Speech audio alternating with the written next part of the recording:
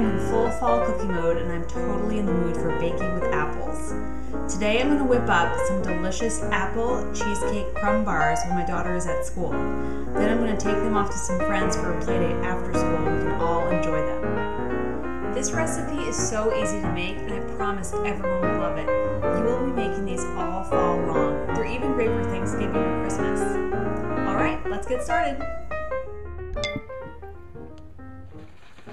One of the best things about this recipe is that the crust and the streusel topping are the same thing.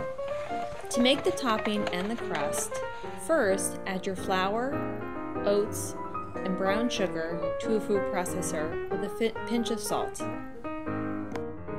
This seems like a lot, and it is, but it will be used twice during this recipe. Make sure when you're packing in your brown sugar you pack it very tightly so that the crust is nice and sweet.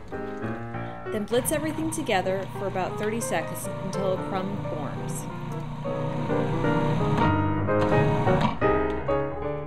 Next, cut the butter into large chunks and add it to the food processor.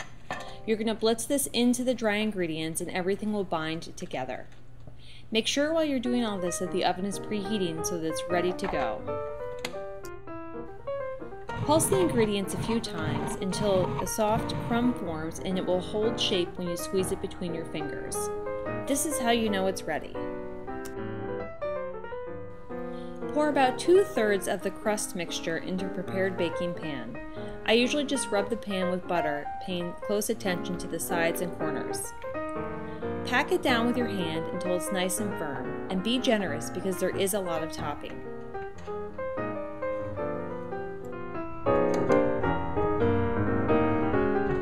Put the crust in the preheated oven and continue to prepare the filling while the crust bakes.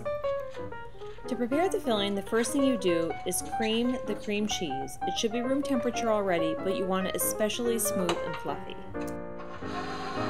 With the mixture still running, open up your can of milk and pour that in as well. This way the cream cheese and the milk should be perfectly smooth and mixed together. Next, add the eggs one at a time, beating well after each addition, followed by the vanilla and the sugar. This is all it takes to make the filling and is so easy to do. By the time it is done, it should be a smooth liquid. To prepare the apple filling, peel and cut 4 apples. You can use 3 if they're large, but I'm using 4 because these guys are small. Then pour in the cornstarch and all the spices and toss them together. For this recipe, I like to use cinnamon, nutmeg, and ginger because they're the pretty classic apple pie filling spices. However, you could add almost anything you want.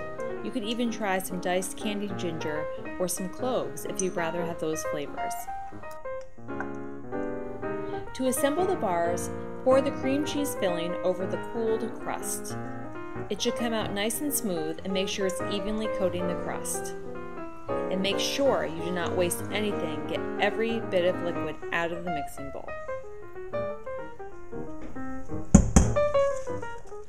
Then scatter the apple filling into the cream cheese mixture. I like to keep my apples a little bit chunky because I like the texture, but you could have finely chopped these more or less depending on your preference. Once they're all in, make sure they're distributed evenly around the cream cheese. This will make sure everything bakes evenly and tastes great when you cut them into the bars.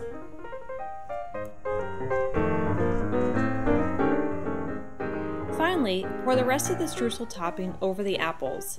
There will be a lot left, but that's okay. Pile it on, or you can save some of the streusel and use it for something else if you prefer. Make sure it's evenly distributed over the apples to the very edges of the pan. Then put it in the oven, which should still be warm, and bake it until the bars are set. You'll know the bars are finished once they're completely set and the streusel is a light golden brown. Allow them to cool completely while you do some other things. I was getting things ready to pick up my daughter from school, then I put my portable cap on my baking pan and off I went to our afternoon play date.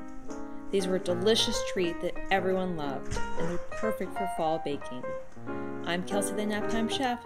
Thanks for watching. I look forward to cooking with you again soon.